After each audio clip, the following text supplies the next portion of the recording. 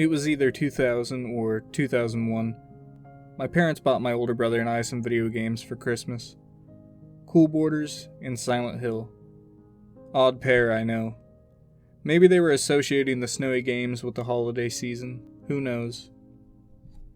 I would have been about 5 or 6, and my brother would have been about 14. I was somehow the one to receive Silent Hill. I'm not sure if my parents just didn't understand the rating on the box, or if my brother wanted Cool Borders so bad he was willing to scar a young child. I never made it past the diner encounter with the pterodactyl creature. Not necessarily because I was scared, but because I was a dumb kid. I didn't know how to equip the gun. And though my time with the game as a child was short, my Christmas morning experience with Silent Hill is one I haven't forgotten. And anytime I think of Silent Hill, my first thought is of that pterodactyl creature busting through the window. Anybody order pizza? After all these years, I finally got around to beating the game. I'm not a reviewer. I'm just some guy, randomly rambling about a thing I like. And the thing I like is Silent Hill. The story follows protagonist Harry Mason as he searches for his lost daughter in the titular town of Silent Hill. Throughout the game, you'll solve some pretty challenging puzzles and also fight ungodly monsters, using a variety of unique weapons. A motherfucking chainsaw! What? Oh. You'll meet a few human characters along the way. They'll progress the story by giving you an explanation dump or two, or even just telling you where to go next. The actors aren't the most convincing, and they can be a bit cheesy at times. It's dangerous out there. In that case, I need to find her now. Cheryl's my little girl. The dialogue isn't presented in the most appealing way either. It's mostly static shots, with two characters staring at one another without their mouths moving. It's almost as if I took a picture of two action figures and just laid audio over it. It's like this is all some kind of bad dream. Yeah, a living nightmare. The story isn't great, but it's passable. The same goes for the gameplay. It's very simple, and while Harry runs like he has a belt tied around his knees, he controls pretty good. It's almost like the tank controls of an old Resi game, but not a complete pain in the ass. This is due to the camera following Harry instead of fixed camera angles. Those are still here, but they're also used to highlight objects or create dynamic, tense moments in cool ways. Even though gameplay and story are vital to making a game good, they're just passable here, and yet I still think this game is great. And it's all because of that motherfucking atmosphere. Spelled this way. It's as thick as the fog in this quiet snowy town, or as thick as Harry's bell-bottom calves. This motherfucker is not skipping leg day, that's for sure. My gun didn't kill it, but Harry's Magnum P thighs did. Atmosfear oozes from the town, which is a treat to explore, and in my opinion, the best part of the game. I'm not a huge fan of the Otherworld segments. They sometimes come across as though they're trying too hard to be scary, with their brown on brown color palette. I do, however, think they're a nice juxtaposition. I just wish they were able to do more visually with them. As for the town itself, I can't quite put my finger on what makes it resonate with me so much. Maybe I'm wearing nostalgia-branded glasses from all those Christmases ago, or maybe I just genuinely love it for what it visually has to offer. A horror game is the only time when someone can say that the open world is a ghost town, and it's a compliment. So anyway, the open world is a ghost town. Empty streets and buildings devoid of natural life. Emphasis on the natural life. What life left in the town is a hodgepodge of hellish hellhounds, terrible pterodactyls, killed kids, and gross-ass bugs. Among other things. The only sounds to accompany are the pitter-patter of Harry's feet running, which is so rhythmic, I can't help but tap my feet along with it. There's also the radio, warning you of danger. It's kind of like a spider sense, but you know, the creepy one from the 90s cartoon. Spider sense! Danger! Sure, the radio warns you of an upcoming enemy, but at the cost of making you uneasy. I mean, this noise doesn't really instill comfort.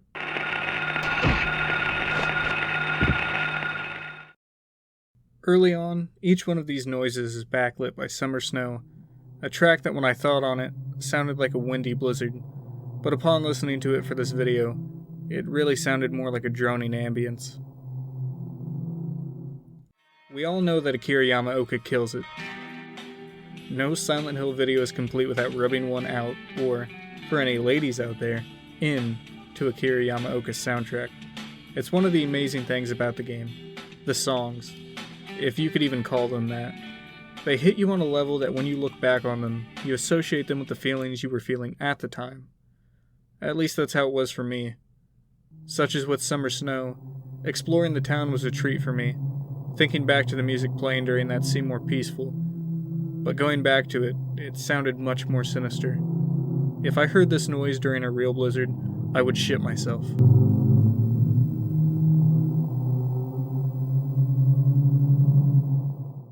Another good example of the music was honestly the most terrifying moment of the entire game for me. I'll just let you see it for yourself.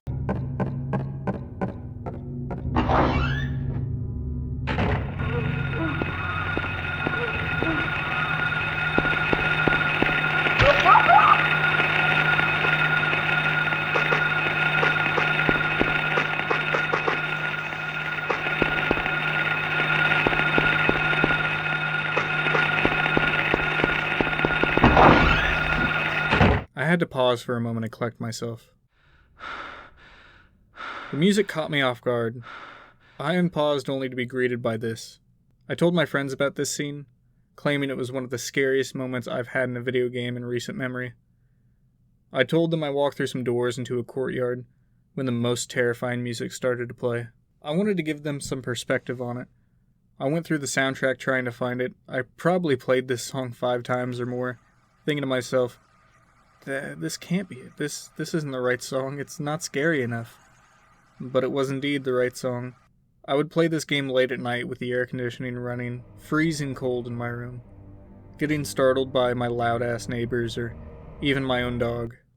By getting truly invested in the atmosphere, by bringing myself into this world, it turned this scene from this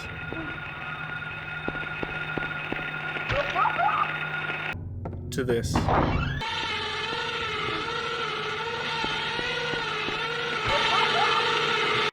Soon after the school, there's this moment where you're walking down an alleyway, only for the camera to change perspective and stare directly at Harry as he walks by.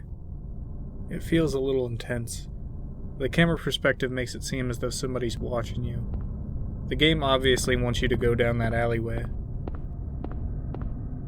The fear of the unknown starts to settle in. You have no clue if something's going to be beyond that gate. And once you pass through it, you see there's absolutely nothing in there. No enemies. No items. Nothing. For whatever reason, I love the look of this section.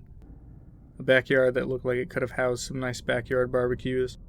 Left desolated, and not in a zombie apocalypse way with bodies strung about, picnic table broken. Nor has it been taken over by vegetation Last of Us style. It's as if all life from this once quiet town has recently vanished. This feel goes for the town as a whole, but I think this backyard encapsulates that feeling rather well. In a game full of moments like this,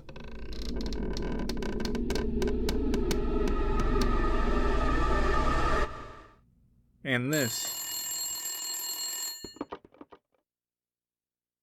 Hello, my future girlfriend.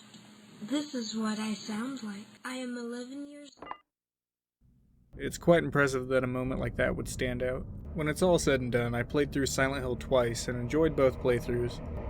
I could go into the gameplay, how it makes you feel helpless even though you have over 150 bullets, unless you're on hard mode, in which case you are helpless.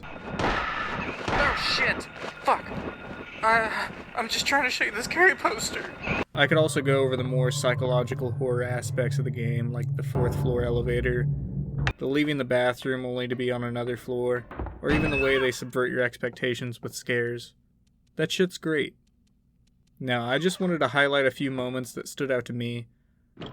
Silent Hill is the first game where I wish I could just turn off all the enemies and walk through the town soaking up everything it has to offer. Even with its popping polygons looking like Terry Crews's titty bouncing, Silent Hill is absolutely beautiful. I highly recommend playing it if you haven't, purely for its atmosphere alone. I can show you beautiful scenery and heart-racing intense moments all day, but a game is more than the sum of its parts. And sometimes one sum is enough to make an entire game worth playing. A single polygon is worth 1,000 words. Oh, I'm sorry. I'm rambling. I'll shut up.